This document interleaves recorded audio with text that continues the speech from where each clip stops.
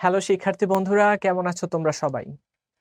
তোমরা অলরেডি জেনে থাকবা, আমরা তোমাদেরকে রেগুলার ক্লাসে যে কনসেপ্ট প্লাস ম্যাথ করাবো, তার বাইরে যে আমরা তোমাদেরকে অ্যাডভান্সড কিছু প্রশ্ন সলভ করাবো, যেটা কিনা রেগুলার ক্লাসে করা সম্ভব না। তোমরা দেখবা, আমরা যখন একটু কঠিন একটা টপিক শুরু করে দেই বা একটা ম্যাথ শুরু করব, তখন কিন্তু রেগুলার ক্লাসে অনেক সময় লাগবে।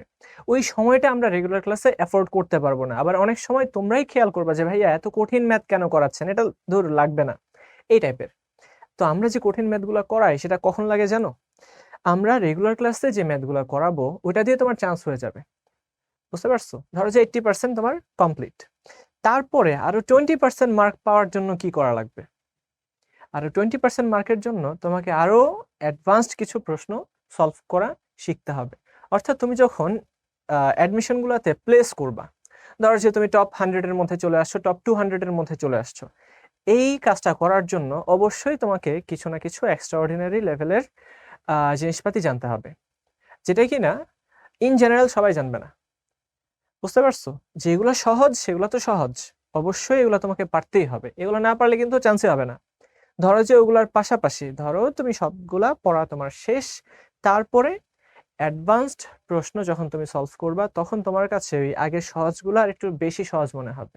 কারণ তুমি যখন একটা অ্যাডভান্সড প্রশ্ন সলভ করা শিখবা, তার মানে তুমি একটা কঠিন জিনিসকে কিভাবে ট্যাকেল করতে হয় সেটা তুমি জেনে গেছো। তখন এই কনসেপ্টটা আরো বেশি ক্লিয়ারার হবে। আচ্ছা, তো এরকম কিছু প্রশ্ন নিয়েই কিন্তু আমরা এই পর্বটা সাজিয়েছি। তোমরা দেখবা, প্রশ্নগুলো দেখলেই মনে করবা যে এগুলা মানে ওয়ান অফ দ্য হার্ডেস্ট প্রশ্নগুলার একটা। বুঝতে পারছো? তো দেখো, আমরা এই লেকচারে কেমিক্যাল চেঞ্জ ফার্স্ট পেপারের 4th চ্যাপ্টারের যত কঠিন প্রশ্নগুলো আছে, এই প্রশ্নগুলো তোমাদের সামনে নিয়ে আসলাম। হ্যাঁ, কিছু প্রশ্ন প্রিভিয়াস ইয়ারে আসছে বা কিছু প্রশ্ন আসে নাই।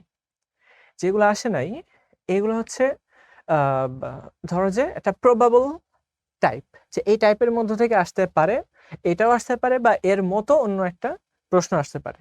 ঠিক আছে? অর্থাৎ তোমাদেরকে কঠিন প্রশ্নগুলো ট্যাকেল দেওয়া শিখতে হবে। এই জন্যই মেইনলি এই সিরিজটা তৈরি করা হয়েছে। যেমন দেখো, প্রথম কোশ্চেনটা, প্রশ্নটা হচ্ছে এতটুকু, মনোযোগ দাও। 327 ডিগ্রি সেলসিয়াস তাপমাত্রায় হাইড্রোজেন আয়োডাইড, মানে প্রশ্নের ধরন দেখিয়ে বুঝবা যে এটা মানে 5টা সাধারণ প্রশ্নের মতো না।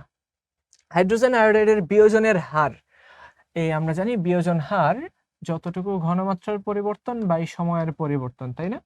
এবং ঘনমাত্রাটা যদি তোমার রিঅ্যাক্টেন্ট হয়ে থাকে, রিঅ্যাক্টেন্টের ঘনমাত্রা যদি হয়, সেই ক্ষেত্রে অবশ্যই আগেটা মাইনাস দিতে হয়। এটা তোমরা রেগুলার ক্লাসে অলরেডি শিখে গেছো। আচ্ছা, সমান কে ইন্টু সি স্কোয়ার, অর্থাৎ বিক্রিয়কের ঘনমাত্রা স্কোয়ার, এটা আমরা জানি বিক্রিয়ার হার ক্লাসের মধ্যে, যেখানে কে এই যে হার ধ্রুবক, এর ভ্যালু দেওয়া আছে 4 × 10⁻⁶ লিটার পার মোল। এটা দেখে হয়তো বা বুঝতেছো এটা একটা ফার্স্ট অর্ডারের রিঅ্যাকশন। আচ্ছা, তো বায়ুমণ্ডলীয় চাপে, দেখো বায়ুমণ্ডলীয় চাপে প্রতি সেকেন্ডে, তো বায়ুমণ্ডলীয় চাপ যখনই তুমি দেখতেছো, ওটা দেখেই তোমার মনে হবে যে এই রিঅ্যাকশনটা 1 atm চাপে কন্ডাক্ট করা হয়েছে। বায়ুমণ্ডলীয় চাপ মানেই হচ্ছে 1 অ্যাটমসফেরিক প্রেসার। প্রতি সেকেন্ডে প্রতি কিউবিক সেন্টিমিটার আয়তনে কতগুলো অণু বিয়োজিত হয়? তো এই হচ্ছে আমাদের প্রশ্নটা। তো আমি আবার যদি এটাকে একটু ব্যাখ্যা করি, যে হাইড্রোজেন আয়োডাইড বিয়োজিত হয় 327 ডিগ্রি সেলসিয়াস তাপমাত্রায়, যার বিয়োজনের হারটা দেওয়া আছে এরকম ভাবে, আর এটা কি এর ভ্যালুটাও দেওয়া আছে। ঠিক আছে, সরি, এটা সেকেন্ড অর্ডারের রিঅ্যাকশন। তো 1 atm চাপে প্রতি সেকেন্ডে কতগুলো অণু বিয়োজিত হয়, এটাই আমাদেরকে বের করতে হবে। ঠিক আছে, তাহলে আমরা শুরুতে একটা কাজ করি। আমরা শুরুতেই যে কাজটা করব, আমরা এই রিঅ্যাকশনটাকে লিখি। এই দেখো, হাইড্রোজেন আয়োডাইড, এই হাইড্রোজেন আয়োডাইড যখন বিয়োজিত হয়, তোমরা জানো হাইড্রোজেন গ্যাস তৈরি হয় আর আয়োডিন গ্যাস তৈরি হয়, হাইড্রোজেন গ্যাস এবং আয়োডিন গ্যাস। তাহলে এই জায়গায় কি বলা আছে খেয়াল করে দেখো, এর যে বিক্রিয়ার হার দেওয়া আছে, বিক্রিয়ার হার দেওয়া আছে, তাহলে বিক্রিয়ার হার আমরা বলতে পারবো এই তো হাইড্রোজেন আয়োডাইডের যে ঘনমাত্রা ডিভাইডেড বাই সময়, আগে হচ্ছে মাইনাস, সমান হচ্ছে কে ইন্টু সি অফ কার সি, হাইড্রোজেন আয়োডাইডের যেটা আছে হাইড্রোজেন আয়োডাইডের কনসেন্ট্রেশন, হাইড্রোজেন আয়োডাইড এর স্কোয়ার। ঠিক আছে, হাইড্রোজেন আয়োডাইডের স্কোয়ার। এখন আমাদের কি লাগবে, ওই মুহূর্তে কিন্তু যেহেতু আমরা বিক্রিয়ার হার বের করব, তাই না, প্রতি সেকেন্ডে কতগুলা ভেঙে যাচ্ছে এই জিনিসটাই কিন্তু আমাদের লাগবে, অর্থাৎ এই ভ্যালুটাই আমাদের লাগবে। এই ভ্যালুটা বের করার জন্য শুরুতে আমাদের এই কি এর ভ্যালুটা বের করতে হবে, যেটা কিনা দেওয়া আছে, এই যে দেখো কি এর ভ্যালু দেওয়া আছে। আর এটা বের করতে হবে এই হাইড্রোজেন আয়োডাইডের ঘনমাত্রাটা বের করতে হবে। খেয়াল করে দেখো, কোশ্চেনে কিন্তু তোমাকে ডিরেক্ট বলে নাই যে তুমি কি বের করবা। কোশ্চেনে বলছে বায়ুমণ্ডলীয় চাপে প্রতি সেকেন্ডে কয়টা করে যায়, তার মানে এই তো প্রতি সেকেন্ডে আমরা যদি বলি ডিটি সময়ে এতগুলা হাইড্রোজেন আয়োডাইড ভাঙে, এই তো ডিসি পরিমাণে ভাঙে, তাহলে 1 সেকেন্ডে কয়টা ভাঙে, ভাই 1 সেকেন্ডে যতগুলা ভাঙে এটাই তো তার বিক্রিয়ার হার, অর্থাৎ তোমাকে কিন্তু বিক্রিয়ার হারটাই বের করতে বলছে।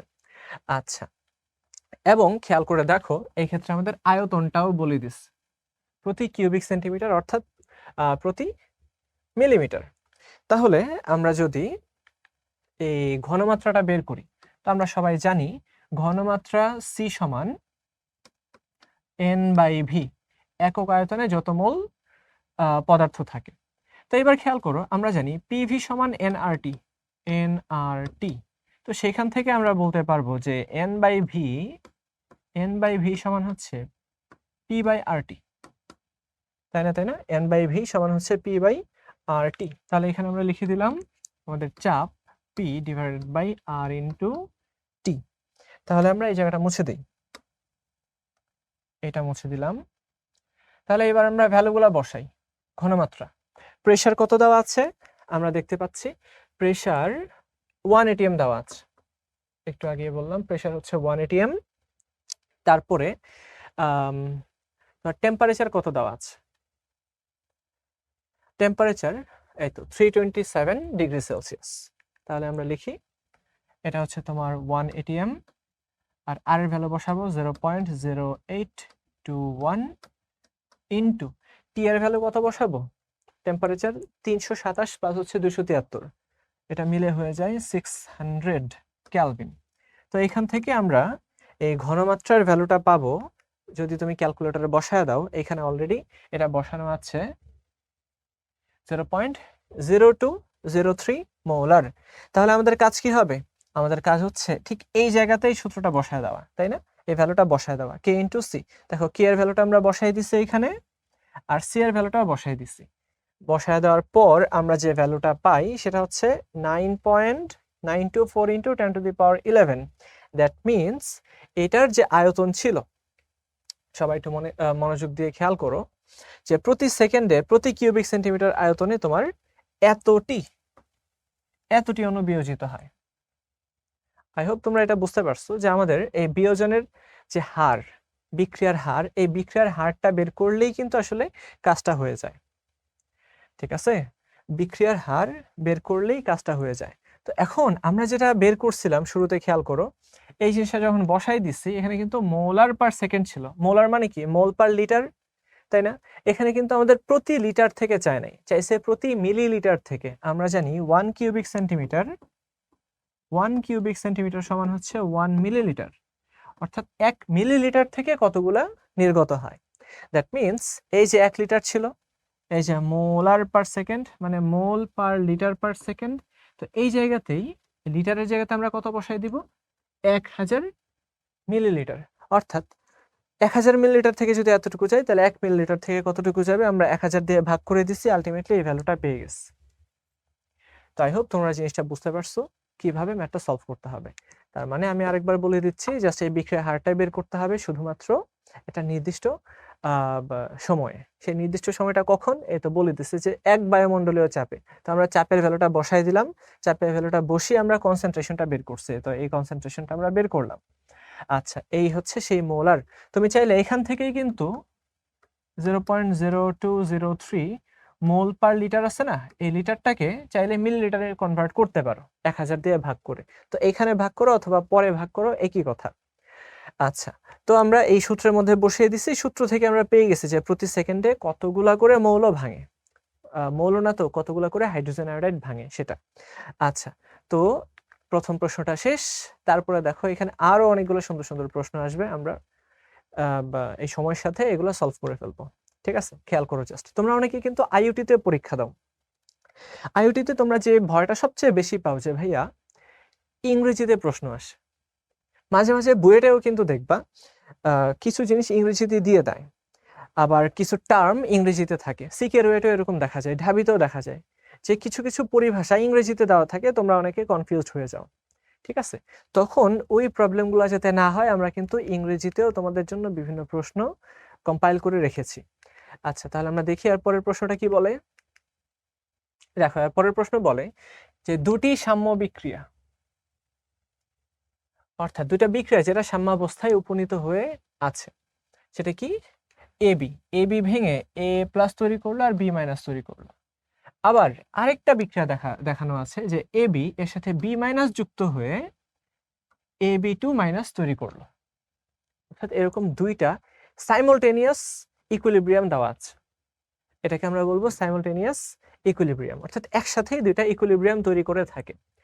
আচ্ছা, একই দ্রবণে সাম্যাবস্থা তৈরি করে যেখানে বিক্রিয়া দুটির সাম্য ধ্রুবক যথাক্রমে K1 এবং K2, অর্থাৎ দুটা বিক্রিয়ার সাম্য ধ্রুবকও দেওয়া আছে। এখন প্রশ্ন হচ্ছে দ্রবণে A প্লাস অর্থাৎ এইটা এবং AB2 মাইনাস এইটা, এই দুইটার ঘনমাত্রার অনুপাতটা কত হবে? এখানে এমসিকিউ একটা প্রশ্ন, দেখো অনেকগুলো এমসিকিউ দেওয়া আছে। এটা কি বি মাইনাসের সমানুপাতিক হবে, নাকি বি মাইনাসের ব্যস্তানুপাতিক, বি মাইনাসের বর্গের সমানুপাতিক, নাকি বর্গের ব্যস্তানুপাতিক, নাকি কোনোটার উপরে নির্ভরশীল না? এইভাবে তোমাকে একটু খুঁজতে হবে। এই ম্যাথগুলা দেখবা যে সিকে রুয়েটে অধিকাংশ সময়ে আসে, বুঝতে পারছো? বুয়েটে যদি আসে এটা কিন্তু রিটেনে আসবে, আর সিকে রুয়েটে যদি আসে এরকম এমসিকিউ দিয়ে আসবে, এবং তোমাকে ম্যাথটা সলভ করে এই এমসিকিউটা দিতে হবে। তার মানে তোমাদের অ্যাডমিশনের যত ধরনের প্রবলেম ফেস করতে পারো সবগুলো প্রবলেমের সমাধান কিন্তু এখানে তোমরা পাবা। আচ্ছা, তাহলে আমরা এই প্রথম বিক্রিয়ার জন্য দেখি। এবি এবি ভেঙে এ প্লাস এবং বি মাইনাস তৈরি করলো, এবং তার যে সাম্য ধ্রুবক উৎপাদের সক্রিয় ভর ডিভাইড বাই বিক্রিয়কের সক্রিয় ভর। তারপরে দ্বিতীয় বিক্রিয়ার জন্য এবি এবং বি মাইনাস এবি2, এটার জন্য এই তো আমাদের উৎপাদের সক্রিয় ভর, এই তো উৎপাদের সক্রিয় ভর ডিভাইড বাই বিক্রিয়ক সমূহের সক্রিয় ভর। এবার তোমরা একটু তাকাও, আমাদের বের করতে বলছেটা কি? আমাদের বের করতে বলছে, এই তো খেয়াল করো, আমাদের বের করতে বলছে হচ্ছে এ প্লাস এর ঘনমাত্রা ডিভাইডেড বাই AB2 মাইনাস, এই দুইটার ঘনমাত্রার অনুপাত এই কোনটার সমানুপাতিক। অর্থাৎ এই দুইটাকে আমরা এক পাশে রাখবো, মনোযোগ দিবার, যেহেতু সমানুপাতিক চিহ্ন বলা হয়েছে অবশ্যই এখানে কোনো একটা ধ্রুবক রাশি থাকবে। এই ধ্রুবক রাশিটাকে উঠাই দিলেই সমান চিহ্নটা কি হয়ে যাবে? সমানুপাতিক হয়ে যাবে। তার মানে বুঝতেছো এই রিঅ্যাকশনের মধ্যে ধ্রুবক কিন্তু দুটা জিনিস আছে, একটা হচ্ছে K1 আর একটা K2। দ্যাট মিন্স আমাদের এই ধ্রুবক দুইটাকে যদি কাজে লাগাইতে পারি তাইলেই কাজটা হয়ে যাবে। তার মানে ধ্রুবক দুটাকে আমরা কিভাবে কাজে লাগাবো? মনোযোগ দিয়ে দেখো, এই K1 এবং K2 এই দুটাকে আমরা কি করে দিলাম? অনুপাত করে দিলাম। যদি আমরা অনুপাত করি তাইলেই কিন্তু A প্লাস এবং AB2 মাইনাসের অনুপাতও পাবো। কিভাবে? কারণ আমরা জানি এই K1 এর মধ্যেই কিন্তু A প্লাস আছে, তার মানে এখানে আমরা পেয়ে গেলাম A প্লাস। আর K2 এর মধ্যে দেখো, K2 এর মধ্যে আছে এই তো AB2 মাইনাস। তো এই দুইটার রেশিও আমরা কি পেয়ে গেছি দেখো তো, এই তো এই দুইটার রেশিও যখন করছি সেই জায়গাতে এই যে বি মাইনাস এটার স্কোয়ার হয়ে গেছে। তোমরা জাস্ট এটা ক্যালকুলেশন করে দেখো, তোমরা খাতায় একটু করে দেখো, দেখবা যে এই বি মাইনাসটা স্কোয়ার হিসেবে যাবে। তখন আমি যদি এইখান থেকে এই এ প্লাস এবং AB2 মাইনাস, এ প্লাস এবং AB2 মাইনাসকে যদি আমরা বাম পাশে নিয়ে আসি তাহলে থাকে কি K1 divide by K2 into এই তো এই বি মাইনাস স্কোয়ারটা চলে যাবে ডান পাশে নিচে, বি মাইনাস তার স্কোয়ার।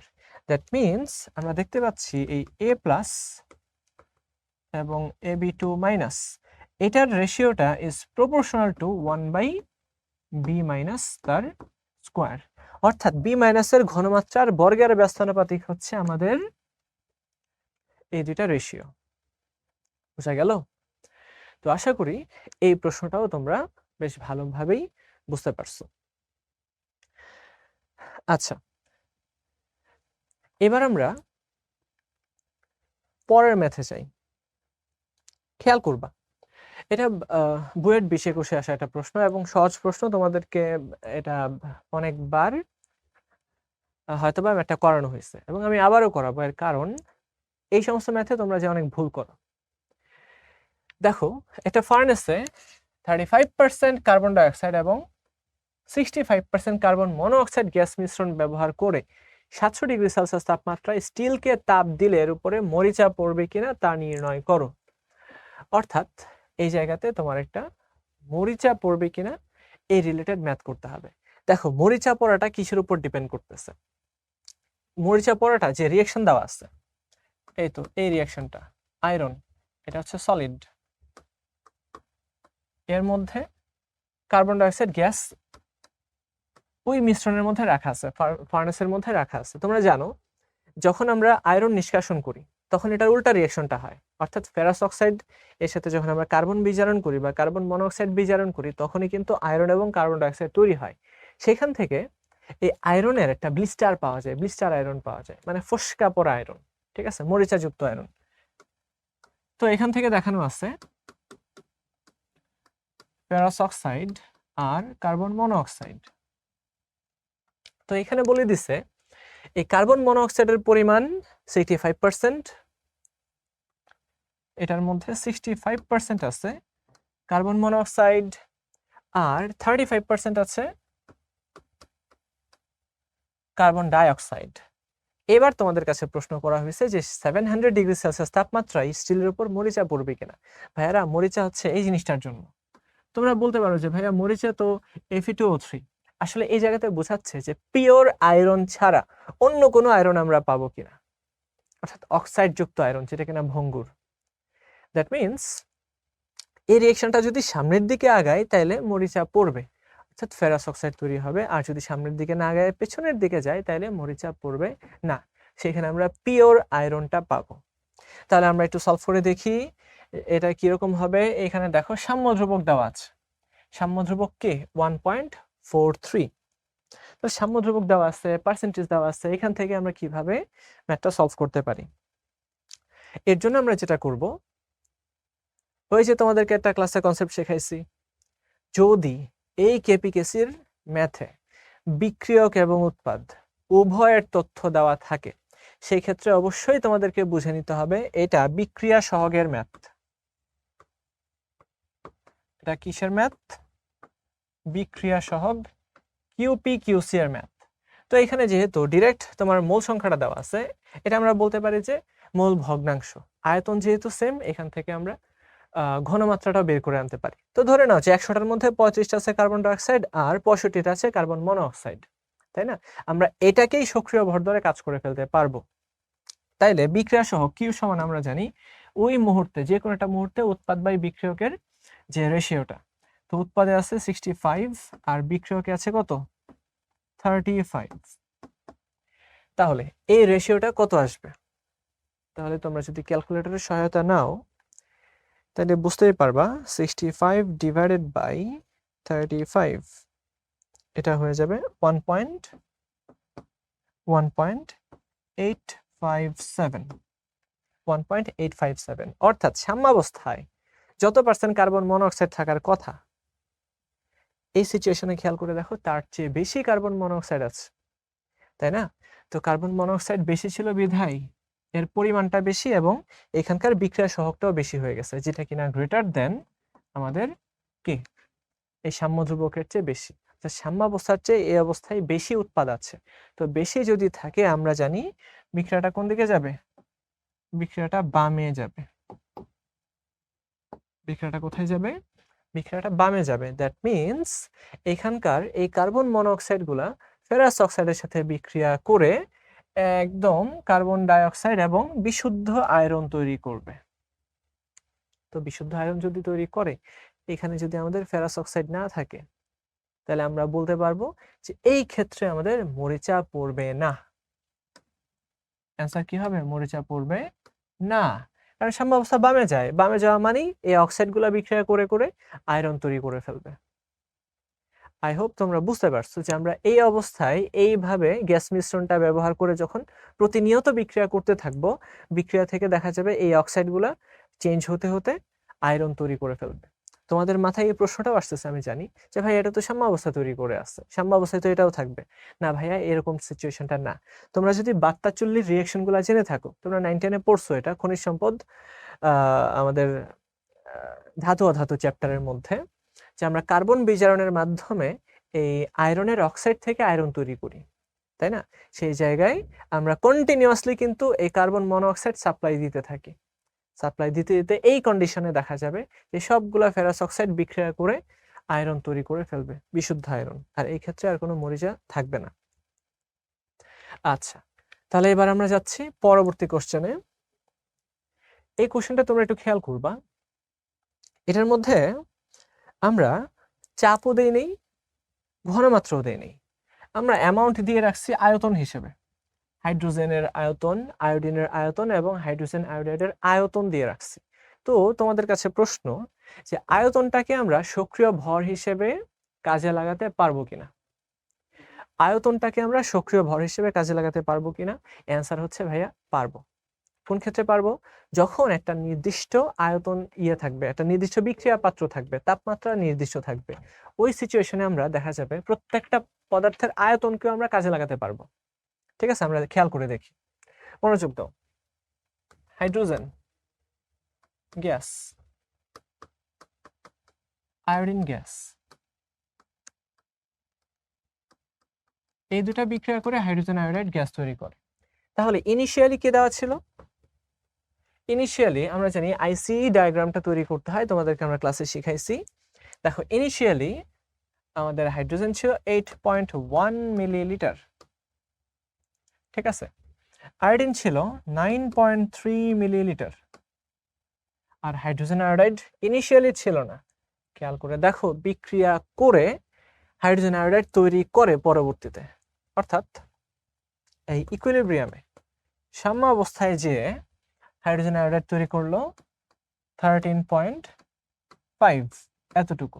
তো আমরা জানি এই জায়গাতে আমরা সেটা লিখি না, আমরা কি করি, 8.1 থেকে এক্স পরিমাণে বাদ দিব, আর 9.3 থেকে এক্স পরিমাণে বাদ দিব, যে এক্স মিলিলিটার এটা কমে গেছে, আর এইখানে 2x পরিমাণে তৈরি হবে। আর শর্ত মতে আমরা বলবো যে এই 2x সমান হচ্ছে 13.5। সেখান থেকে তোমরা x এর ভ্যালুটা পেয়ে যাবা। x এর ভ্যালুটা কত? 13.5 ডিভাইডেড বাই 2, তাহলে x এর ভ্যালু হচ্ছে 6.75। অর্থাৎ এত পরিমাণে দেখা যাবে এরা বিক্রিয়া করে ফেলবে। তো আমরা যদি 8.1 থেকে 6.75 কে বাদ দেই, তাহলে আমরা পেয়ে যাচ্ছি 1.35, এত মিলিলিটার অবশিষ্ট আছে।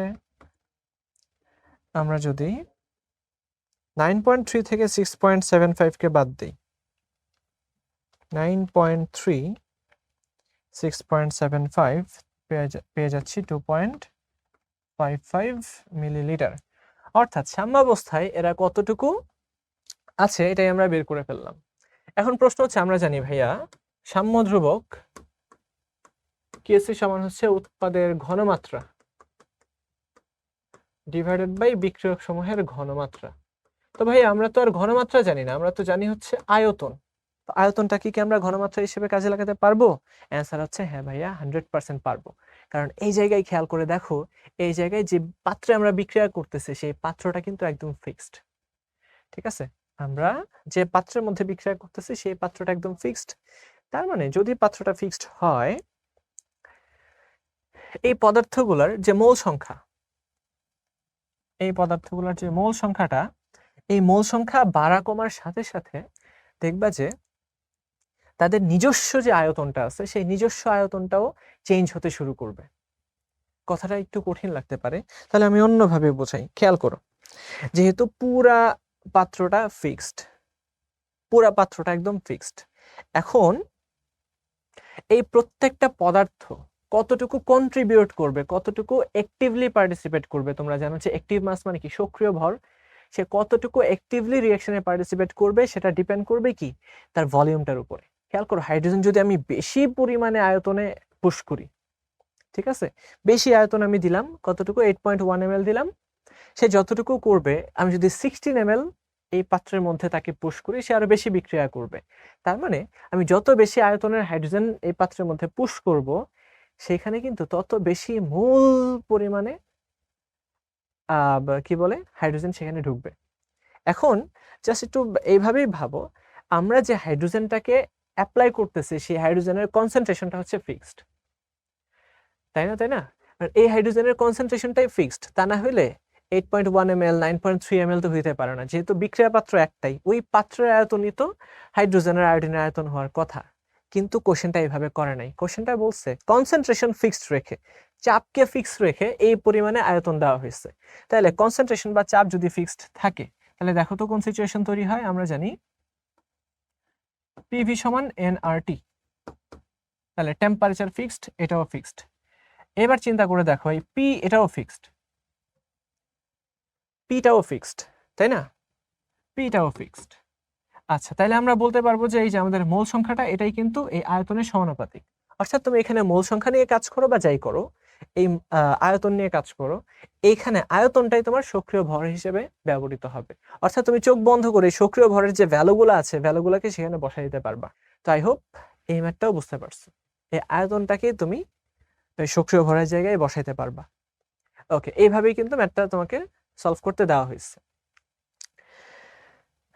আচ্ছা, এরপরের ম্যাথ তাহলে দেখো, এই ম্যাথে তোমাদেরকে কি বলা হয়েছে?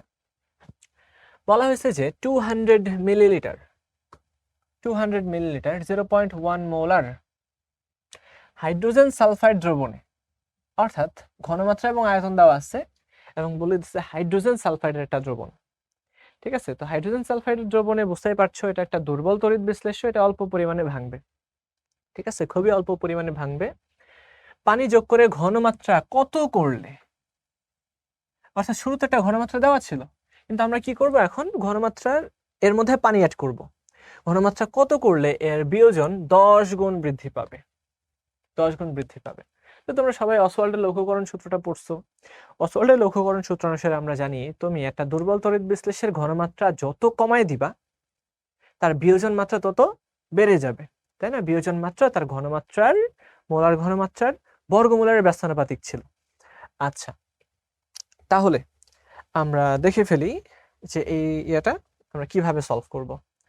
তাহলে শুরুতেই আমাদেরকে জানতে হবে, সবাই মনোযোগ দাও, এটার বিয়োজন ধ্রুবকটা জানতে হবে। এটা ধ্রুবক থাকবে সব সময়, যদি টেম্পারেচার ধ্রুবক থাকবে, এই ধ্রুবকটা অলওয়েজ ধ্রুবক থাকবে। আচ্ছা, মানে এই ভ্যালুটা অলওয়েজ কনস্ট্যান্ট থাকবে। তাইলে আমরা জানি হাইড্রোজেন সালফাইড কিভাবে ভাঙে, দুইটা হাইড্রোজেন আর একটা সালফাইড 2- হিসেবে ভাঙে। তাহলে আমরা জানি কোন একটা অ্যাসিডের বিয়োজন ধ্রুবক Ka সমান হচ্ছে গিয়ে উৎপাদগুলোর সক্রিয় ভর হাইড্রোজেন তার স্কয়ার আর হচ্ছে সালফাইড 2- আর নিচে হচ্ছে হাইড্রোজেন সালফাইড। তো এখন আমরা যেহেতু এর বিয়োজন মাত্রাটা, এর বিয়োজনটা 10 গুণ বৃদ্ধি করব, তাহলে শুরুতেই আমরা ধরে নিব যে এর বিয়োজন মাত্রা আলফা, এবং পরবর্তীতে যখন 10 গুণ বৃদ্ধি করব তখন এটা হয়ে যাবে 11 আলফা। আচ্ছা, এইবার খেয়াল করো, এখানে তোমাদের জন্য এটা সলভ করে দেওয়া আছে। আমি চাচ্ছি যে তোমাদের জন্য যে সময়টুকু যে লাগবে, সময়টুকু একটু কমায় দিতে। অল্প সময়ের মধ্যে আমরা কত বেশি কোশ্চেন সলভ করতে পারি, কারণ টাইমের একটা লিমিটেশন আছে, কিন্তু 1 ঘন্টার মধ্যে শেষ করতে হবে। তো খেয়াল করো, এই হাইড্রোজেন সালফাইড শুরুতে ছিল সি, শুরুতে সি পরিমাণে ছিল, এটা ছিল না, এটা ছিল না। আমরা যখন আলফা পরিমাণে ধরে নিছি, আমরা জানি এটার ঘনমাত্রা যদি সি থাকে, আলফা হচ্ছে বিয়োজন মাত্রা, অর্থাৎ 1 মোল থেকে যত মোল ভাঙে, তাহলে সি মোল থেকে ভাঙবে সি আলফা। সি আলফা ভেঙে গেলে অবশিষ্ট থাকে কতটুকু, সি মাইনাস সি আলফা। এবার খেয়াল করো, এটা যতটুকু ভাঙে হাইড্রোজেন কিন্তু তার দ্বিগুণ তৈরি হয়, তাই না? দ্বিগুণ মানে এই যে 1:2:1 এই অনুপাতে বিক্রিয়াটা করে। তার মানে এখানে 2 সি আলফা, এখানে হচ্ছে শুধু সি আলফা। বুঝা গেল?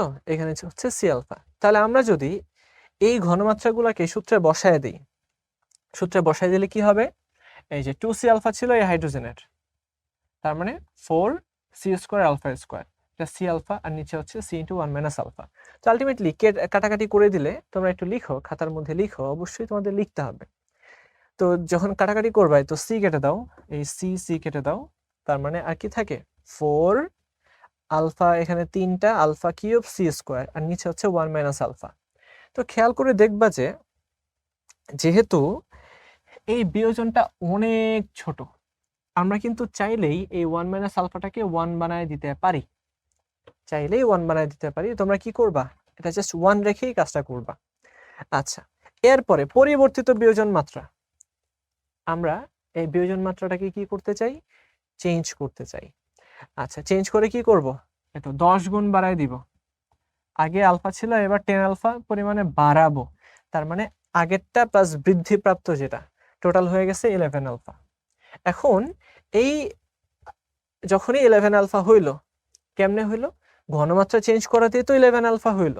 তো এবার আমরা কি করব, পরিবর্তিত অবস্থায় এটাকে আমরা বসাবো।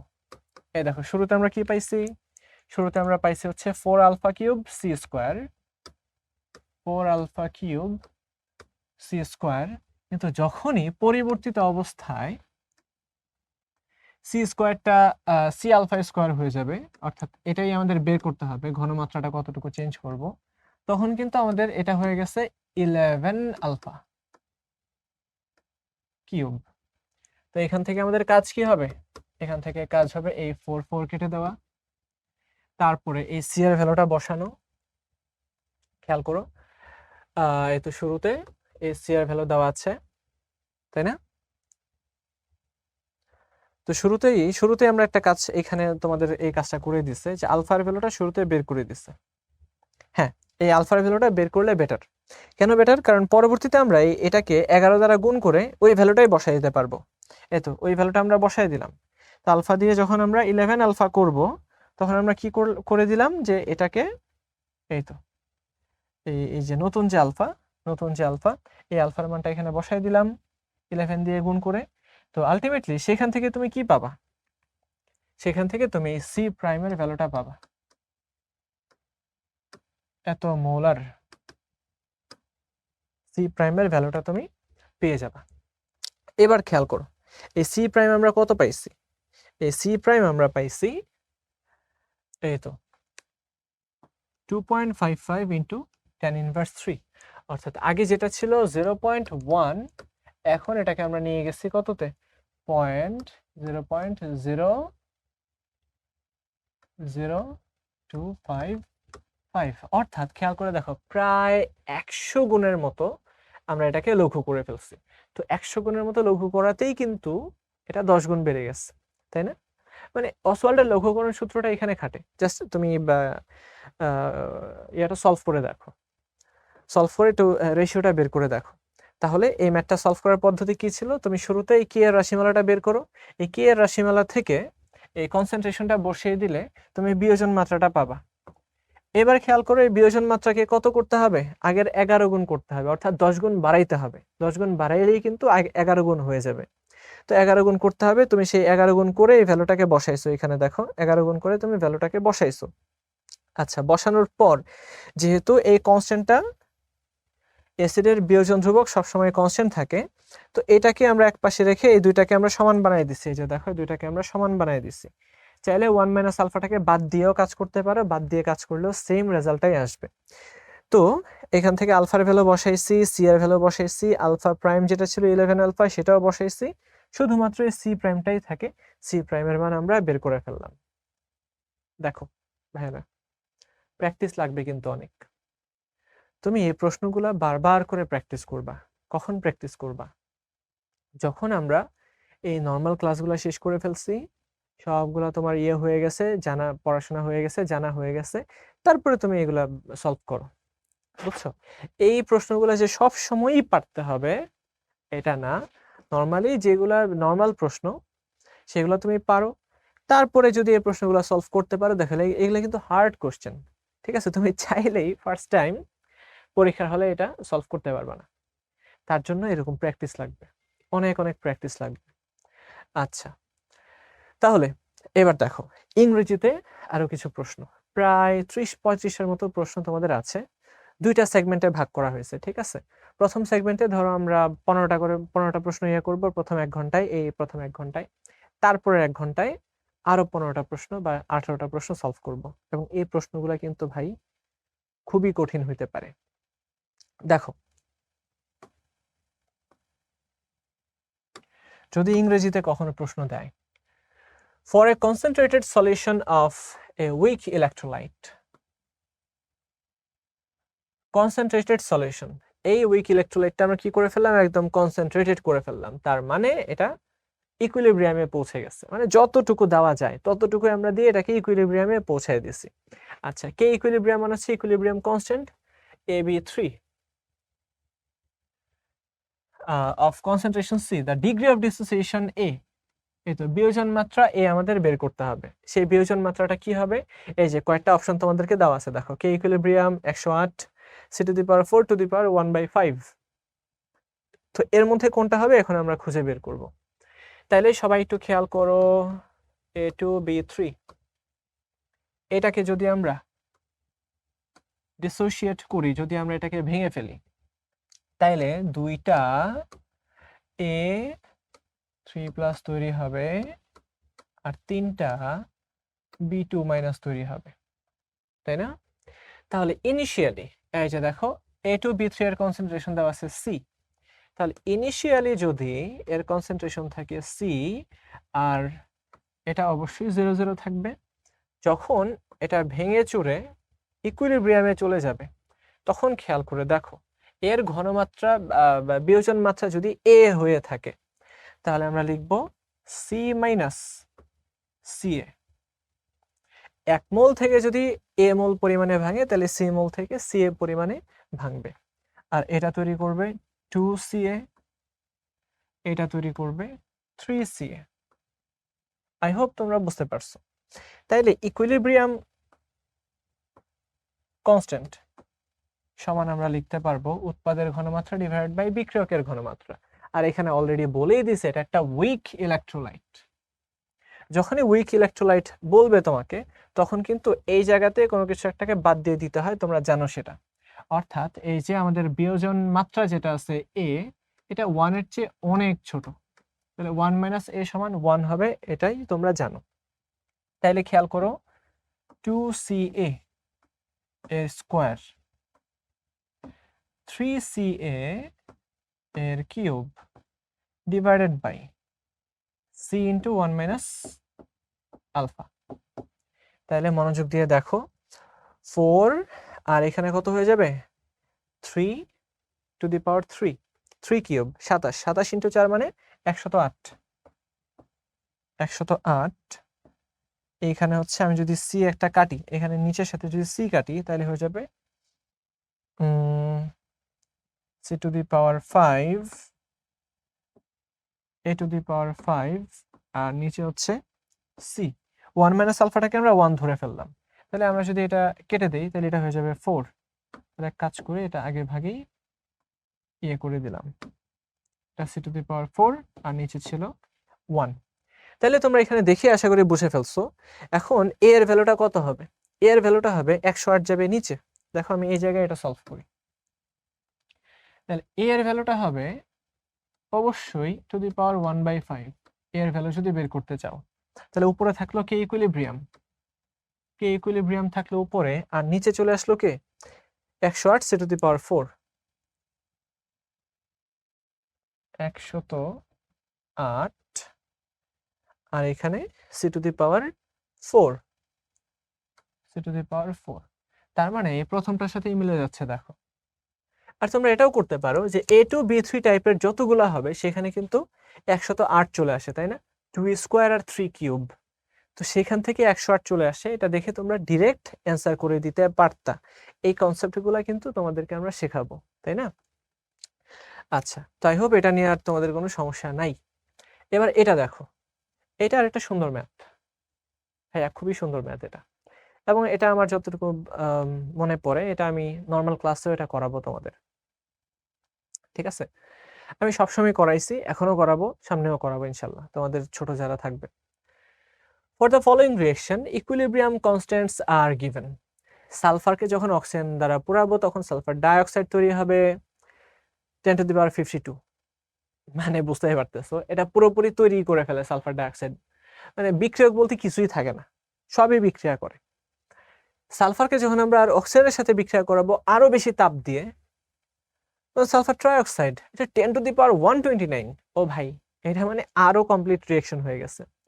যাই হোক, the equilibrium constant for the reaction, দুইটা সালফার ডাইঅক্সাইড আর একটা অক্সিজেন থেকে সালফার ট্রাইঅক্সাইড তৈরি করে, ওইটার ইকুইলিব্রিয়াম কনস্ট্যান্ট কি হবে? তাইলে একটা কাজ করি আমরা। কি কাজ করব? খেয়াল করো সবাই, সালফার ডাইঅক্সাইডটা বাম পাশে আছে আর 1 নাম্বার রিঅ্যাকশন এটা ছিল ডানে। তার মানে এই রিঅ্যাকশনটাকে উল্টাইতে হবে। এটাকে যদি আমরা 1 নং ইকুয়েশন ধরে নেই আর এটাকে যদি আমরা 2 নং ইকুয়েশন ধরি, দেখো 2 নং এ যেটা ডানে ছিল এটা ডানেই আছে, সালফার ট্রাইঅক্সাইড, এখানে সালফার ট্রাইঅক্সাইড। তাইলে আমরা একটা কাজ করতে পারি, এই 2 নং ইকুয়েশন থেকে যদি আমরা 1 নং ইকুয়েশনকে বাদ দিয়ে দেই তাইলে আসলে কাজ শেষ। কাজ শেষ কিভাবে? এই দেখো 2 নং ইকুয়েশনে কি ছিল? 2টা সালফার 3টা অক্সিজেন। আর 1 নং ইকুয়েশনে কি ছিল? এখানে 1 নং ইকুয়েশনে এখানে আমরা একটু খেয়াল করি,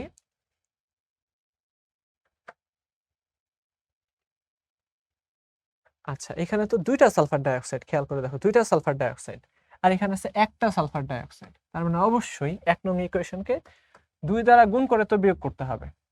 তাহলে 2 দ্বারা গুণ করে যদি আমি বিয়োগ করি তাহলে এখানে মাইনাস, এটা দেখো এই যে প্লাসগুলা মাইনাস হয়ে যাবে, 2টা সালফার আর এখানে আছে 2টা অক্সিজেন, মাইনাস 2টা অক্সিজেন। আর ডান পাশে কি থাকবে? ডান পাশে থাকবে, আমরা 2 নং থেকে বিয়োগ করতেছি, অর্থাৎ 2টা সালফার ট্রাইঅক্সাইড মাইনাস 2টা সালফার ডাইঅক্সাইড, মাইনাস 2টা সালফার ডাইঅক্সাইড। তাহলে নরমাল আমরা যে ইকুয়েশন সলভ করি সেই ইকুয়েশনের মতোই। তাহলে এই 2টা সালফার কাটাকাটি গেল, আর এখানে হচ্ছে তোমার অক্সিজেন 3টা আর এখানে 2টা, তো অক্সিজেন একটা গেল, এই তো একটা অক্সিজেন।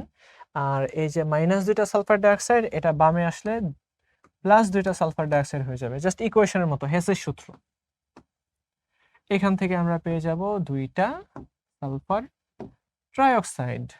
তার মানে আমরা কিন্তু গিভেন রিঅ্যাকশন যেটা, অর্থাৎ যে রিঅ্যাকশনের ইকুইলিব্রিয়াম কনস্ট্যান্ট বের করব তার মতো একটা ইকুয়েশন পেয়ে গেছে। এখন তার মতো ইকুয়েশনটা আমরা কিভাবে পাইছি? তার মতো ইকুয়েশনটা পাইছি 2 নং থেকে 1 নংকে 2 দ্বারা গুণ করে বিয়োগ করার মাধ্যমে, তাই কিনা? এই কাজটাই তো করছি, প্রতিস্থাপন অপনয়ন যতগুলা সম্ভব সবগুলা ভাবে আমরা করছি। তাহলে দেখো এটার ইকুইলিব্রিয়াম কনস্ট্যান্ট সমান হবে, যেহেতু 2 নং ছিল পজিটিভ থাকলে গুণ অবস্থায় থাকে, তো এই হচ্ছে আমাদের K2। আর 1 নংটাকে আমরা বিয়োগ করে দিছি, বিয়োগ করলে আমরা জানি ইকুইলিব্রিয়াম কনস্ট্যান্ট ভাগ হয়ে যায় K1, আর তাকে আবার 2 দ্বারা গুণ করা হয়েছে, 2 পাওয়ারে যাবে। তো এই হচ্ছে আমাদের ইকুইলিব্রিয়াম কনস্ট্যান্ট। তো K2 ছিল 10 to the power 129 divided by রিঅ্যাকট্যান্টে আছে 10 to the power 52, এটাকে স্কোয়ার করলে কত হবে? স্কোয়ার করলে 104।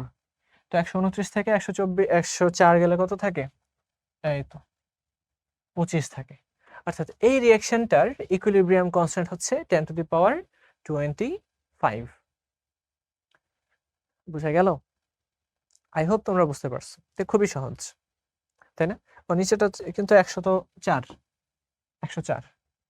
52কে 2 দ্বারা গুণ করলে 104 হয়। আচ্ছা, তাইলে আজকের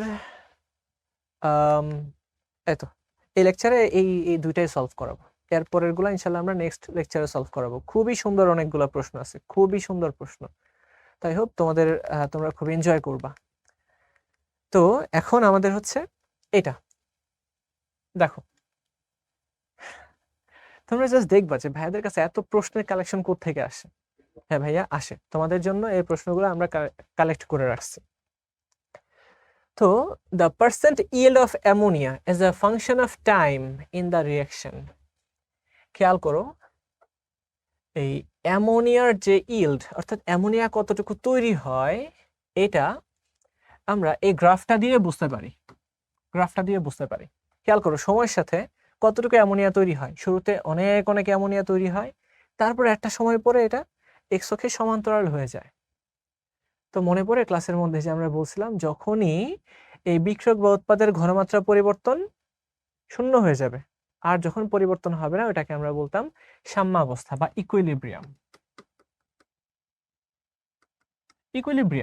তো এটা যখন ইকুইলিব্রিয়ামে পৌঁছে গেছে ওই অবস্থায় আমরা এটা দেখতে পাচ্ছি যে এইভাবে এটা চেঞ্জ হয়েছে, এবং এটা একটা তাপ উৎপাদী বিক্রিয়া, এবং এটা একটা নির্দিষ্ট চাপ পি এবং টেম্পারেচার T1 টেম্পারেচারে এটা দেওয়া আছে। এটা হচ্ছে T1 টেম্পারেচারের জন্য এই গ্রাফটা। এখন বলা হয়েছে if this reaction is conducted at P, এটা T2 হবে। T2 অর্থাৎ চাপকে ফিক্স রেখে আমরা টেম্পারেচারটা জাস্ট চেঞ্জ করছি T2, যেখানে T2 is greater than T1, অর্থাৎ তাপমাত্রা আমরা বাড়ায় দিছি।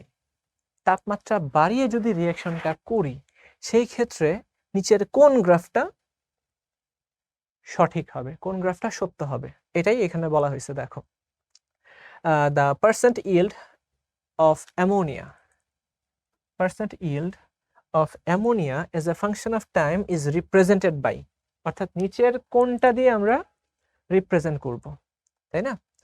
তো খেয়াল করো আমরা প্রথমটা দিয়েই কাজ করি। প্রথমটা দিয়ে কি হয়, প্রথমটাতে দেখা যাচ্ছে T1 টেম্পারেচারে যেটা ছিল এইভাবে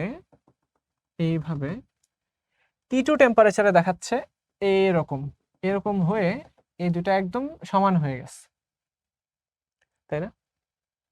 তো এখানে কয়েকটা জিনিস দেখবা, এখানে কয়েকটা জিনিস দেখার আছে। যেহেতু টেম্পারেচার চেঞ্জ হয়েছে এখানে কয়েকটা জিনিস দেখতে হবে। একটা হচ্ছে এটা যেহেতু তাপ উৎপাদী বিক্রিয়া, আমরা জানি তাপ উৎপাদী বিক্রিয়াতে তাপমাত্রা বাড়ালে সাম্যাবস্থা বামে শিফট করে। তো সাম্যাবস্থা যদি বামে শিফট করে তাইলে কিন্তু এর ইল্ড কমে যাবে, অর্থাৎ এই গ্রাফটা নিচে নেমে যাবে। এই ডটেড গ্রাফটা যেখানে ছিল T2 টেম্পারেচারে এই গ্রাফটা আরো নিচে নেমে যাবে। তো দেখি তো নিচে কোন কোন জায়গাতে আছে। নিচে আছে সি আর হচ্ছে বিতে, অর্থাৎ এই সি এবং বি এই দুইটার কোন একটা হবে, তাই না? যেহেতু এটা তাপ উৎপাদী বিক্রিয়া, তাপমাত্রা বাড়ালে ইল্ড কমে যাবে, অর্থাৎ প্রোডাক্ট কমে যাবে। আচ্ছা, অর্থাৎ এটা নিচে থাকবে, দুইটার মধ্যেই নিচে আছে। এবার দেখি বি এবং সি এর মধ্যে কোনটা। খেয়াল করো সিতে যেটা বলা আছে এইভাবে গেছে, খুব মনোযোগ। এটা হচ্ছে T1 টেম্পারেচারে আর এটা হচ্ছে T2 টেম্পারেচারে, এরকম ভাবে বলছে। তো একটা বিষয়ে মনোযোগ দাও, যখন টেম্পারেচার বাড়ানো হয় ভাইয়ারা বিক্রিয়ার হার বেড়ে যায়। টেম্পারেচার যখন বাড়ানো হয় তখন কিন্তু বিক্রিয়ার হার বেড়ে যায়। বিক্রিয়ার হার যদি বাড়ে তাহলে দেখা যাবে অল্প সময়ে অনেক বেশি পরিমাণে প্রোডাক্ট তৈরি করার কথা। দ্যাট মিন্স যখন তুমি টেম্পারেচার বাড়াবা এই গ্রাফটা কিন্তু একটু বামে শিফট করবে, অর্থাৎ অল্প সময়েই অনেক বেশি প্রোডাক্ট তৈরি করে ফেলবে। তারপরে সে নিচে নামবে, ওটা পরবর্তী বিষয়, কিন্তু শুরুতে কিন্তু বিক্রিয়া দ্রুত হবে। আচ্ছা, বিক্রিয়া যদি দ্রুত সলভ হয় দ্যাট মিন্স এই গ্রাফটা বামে শিফট করবে, তো বামে শিফট করে তারপর নিচে নেমে যাবে। বিক্রিয়া দ্রুত হবে কিন্তু ইল্ড কম পাওয়া যাবে। তার মানে বোঝাই যাচ্ছে সি নাম্বার হবে না। সিতে বিক্রিয়াটা স্লো করে দেখানো হয়েছে আর বিতে বিক্রিয়াটা ফাস্ট করে দেখানো হয়েছে, কিন্তু ইল্ড নিচে নামানো আছে। তার মানে টেম্পারেচার বাড়ার সাথে সাথে যে যে ঘটনাগুলো ঘটার কথা সবগুলা কিন্তু এই বি গ্রাফের সাথে মিলে যায়। সুতরাং এই হচ্ছে আমাদের অ্যান্সার। তো বলেন বুঝা গেল কিনা? তো তাও যদি বোঝা না যায়, আমরা তো অ্যাভেলেবল আছি, তাই না? আমরা অ্যাপে আছি, ফেসবুকে আছি, তারপরে তোমাদের সাথে বা 1-to-1 সেশনে কানেক্টেড আছি। যদি এটা না বুঝো আমরা অবশ্যই তোমাদের যে পেইড গ্রুপ আছে গ্রুপে শেয়ার করে দিবা, ঠিক আছে? তাইলে আজকের এই চ্যাপ্টারের প্রথম লেকচারটা এই পর্যন্তই থাকবে। ইনশাল্লাহ নেক্সট লেকচারে আমরা আরো অনেকগুলো প্রশ্ন সলভ করব এবং সেম ডিউরেশনই থাকবে। তো আমি যেটা তোমাদের কাছ থেকে এক্সপেক্ট করব, তোমরা খুবই ধৈর্য সহকারে প্রত্যেকটা ম্যাথ লিখবা খাতায়। লিখে একবার আমার কাছে তো বুঝে খাতায় লিখছই, তারপরে না দেখে আরেকবার লিখবা। বুঝতে পারছো? অর্থাৎ নিজে তুমি সলভ করতে পারো কিনা, বুঝে বুঝে সলভ করতে পারো কিনা, এই জিনিসটাই তোমার নিজেকে যাচাই করতে হবে। তাহলে এই পরের লেকচার দেখার আমন্ত্রণ রইল। সবাই ভালো থাকো, সুস্থ থাকো। আল্লাহ হাফেজ।